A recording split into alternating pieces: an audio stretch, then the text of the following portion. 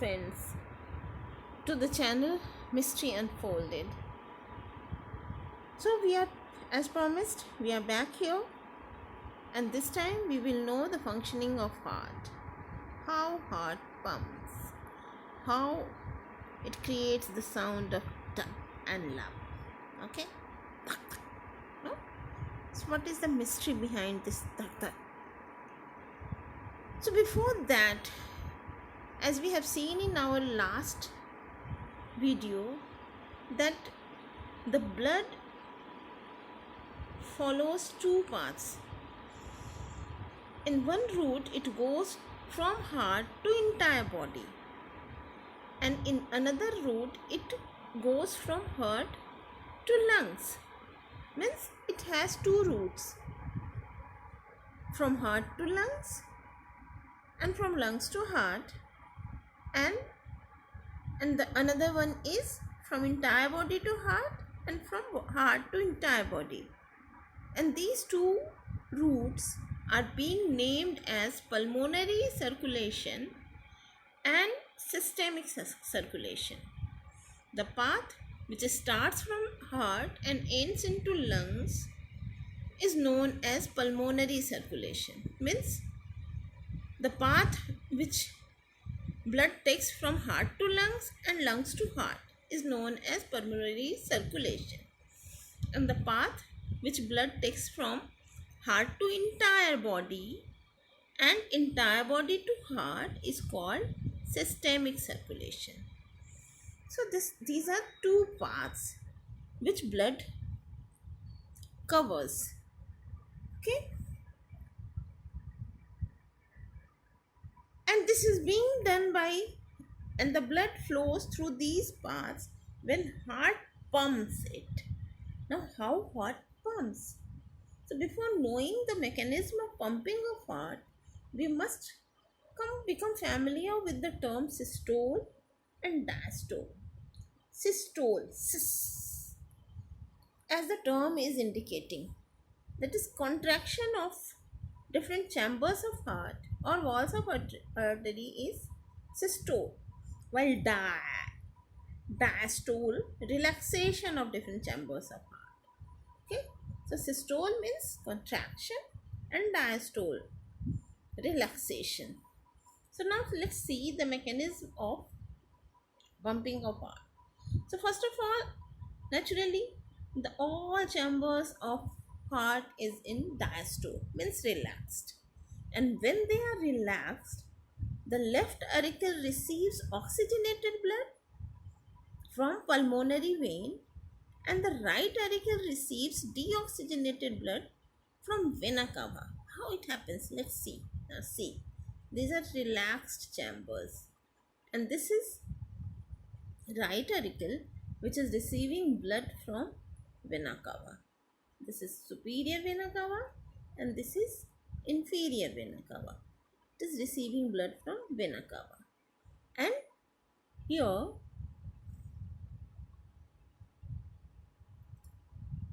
here this pulmonary vein, this is pulmonary vein which is pumping blood to, which is just directing blood to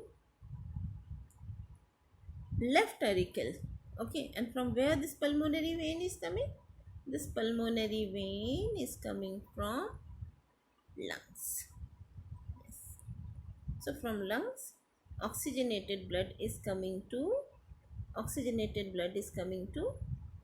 left auricle or left atrium, right? So this is the first stage. After that, what happens?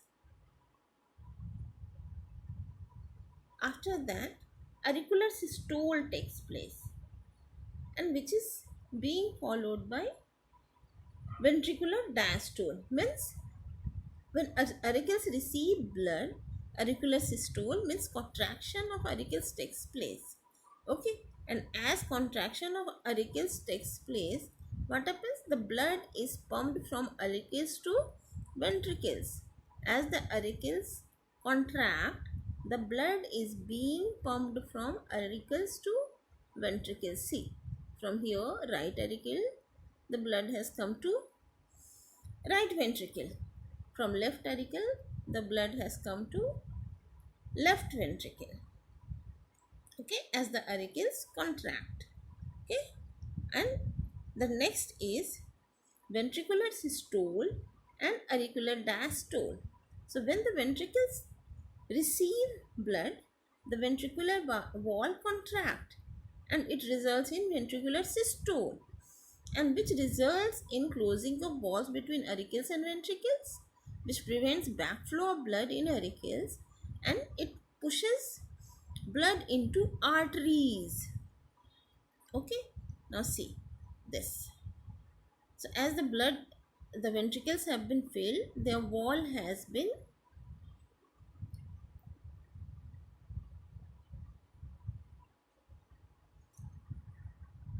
the walls have been started contracting. As they are contracting, they have pushed the blood, and so the right, it has pushed the blood. Okay,